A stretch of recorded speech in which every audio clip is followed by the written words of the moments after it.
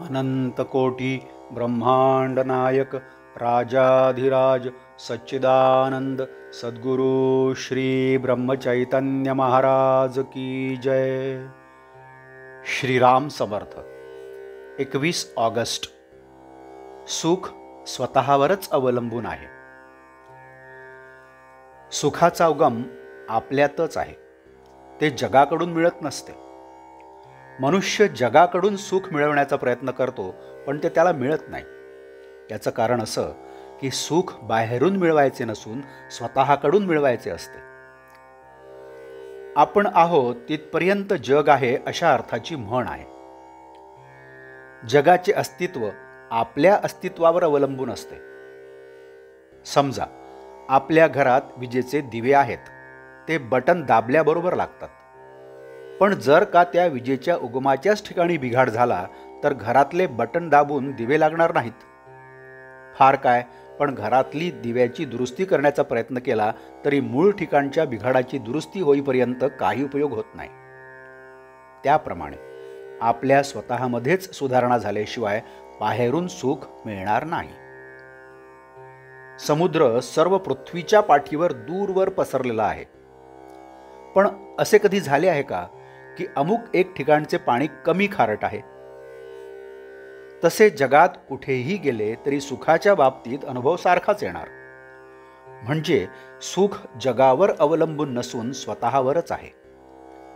त्याला उपाय म्हणजे स्वतःची सुधारणा करणे हा आहे। आता ही सुधारणा कशी करायची? ईश्वराने मनुष्याला बरे वाईट जाणण्याची बुद्धी दिलेली आहे, ती इतर प्राण्यांना नाही। त्या बुद्धीचा पुरेपूर उपयोग करून आपण वाईट गोष्टी करण्याचे टाळावे आणि चांगल्या गोष्टी करण्याचा प्रयत्न करावा। वाईट गोष्ट टाळणे प्रत्येकाला शक्य आहे, कारण त्यात कृती न करणे एवढेच काम असते आणि ते कृती करण्यापेक्षा केव्हाही सोपेच। चांगल्या गोष्टी सर्वांनाच करता येतील असे नाही।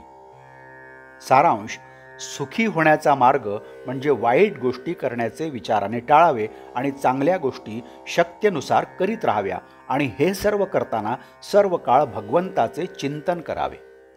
असे केल्यानेच सुख मिळेल। जगाकडून सुख मिळेल ही कल्पनाच चुकीची आहे।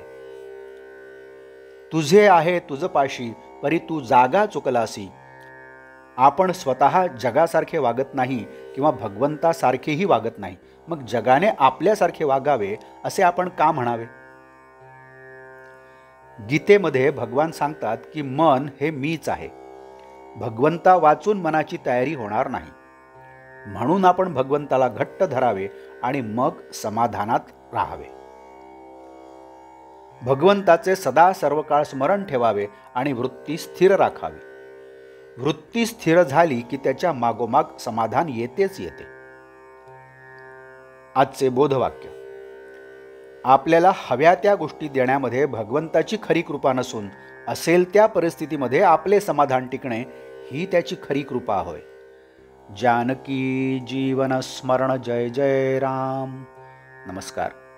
आपण या चॅनलला नवीन असाल तर कृपया सबस्क्राईब करा।